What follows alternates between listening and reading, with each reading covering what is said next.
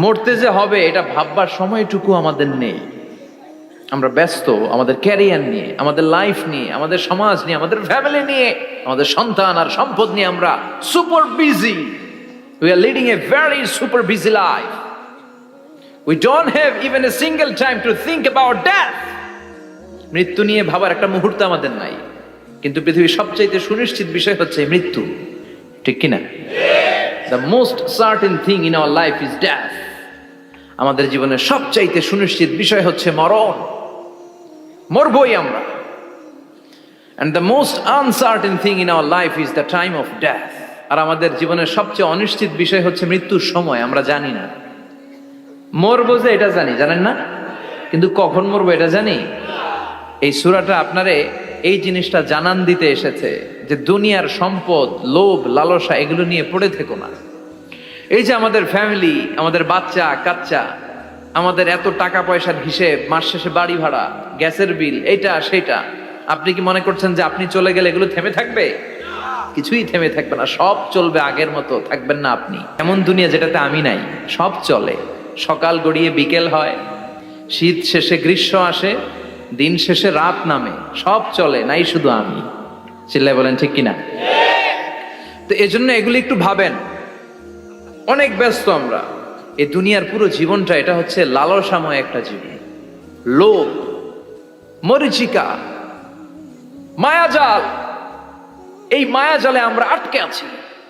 ফলে মৃত্যুর কথা আমরা ভুলে গিয়েছি।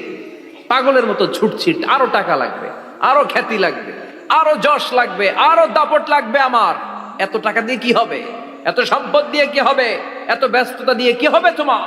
স্টপ, থামুন, অনেক হয়েছে, আন্না, থামুন। Take a rest, take a breath and think about death. Think that you have to go back to your Lord. একটু বসেন না, একটু ভাবেন যে আমাকে চলে যেতে হবে, চলে যেতে হবে। এই কোলাহল, এই ব্যস্ততা এগুলো থাকবে, থাকবো না আমি। সাইয়েদনা ওমর ফারুক বলেছেন, মুতু ক্বাবলা আন তামুতু, মরার আগে একবার মরো। হাসিবু ক্বাবলা আন তুহাসাবু আলাইকুম, তোমার হিসাব নেওয়ার আগে তুমি একবার নিজের হিসাবটা করো না। কাগজ বের করে একটু লিখো না কি কি ভালো কাজ করছিলা, যেগুলো দিয়ে নাজাতের ওয়াসিলা হতে পারে। 1 2 3, আর কি কি আকাম কুকাম করছো দেখো না, লিখে দেখো তোমার অবস্থাটা কি। মরার আগে একবার মরো। মরার আগে খাটের মধ্যে শুয়ে শটান করে চোখ বন্ধ করে একবার মরার ভান করে দেখেন কেমন লাগে। চোখটা বন্ধ করেন আর ভাবেন আপনি নাই, কি কি হতে পারে ভাবেন। আপনার ছেলে মেয়েরা কান্না জুড়ে দিবে, আপনার প্রাণের স্ত্রী বিলাপ শুরু করে দিবে, বন্ধু বান্ধবের চিৎকার আর মাতম, স্থানীয় এলাকার মসজিদে ঘোষণা, অমুক এলাকার নিবাসী অমুক ভাই অমুকের ছেলে অমুক দুনিয়ায় নাই। সব আত্মীয়রা চলে আসবে, ফেসবুকে স্ট্যাটাস দেয়া হবে, সবাই সবাইকে জানাবে বিকাল 4টায় অমুক হাই স্কুল ময়দানে আপনার জানাজা। ছুটে আসবে, সবাই ছুটে আসবে আপনাকে শেষ বিদায় দিতে, গুড বাই জানানোর জন্য, আল ওয়াদা, বিদায় জানাতে আসবে সবাই। 4 তাকবীর দিয়ে আপনার জানাজা হবে, অশ্রুসিক্ত জানাজায় আপনার বিদায় হবে। কাঠের খাটিয়ার মধ্যে করে কাঁধে তুলে আপনারে কবরে নেওয়া হবে।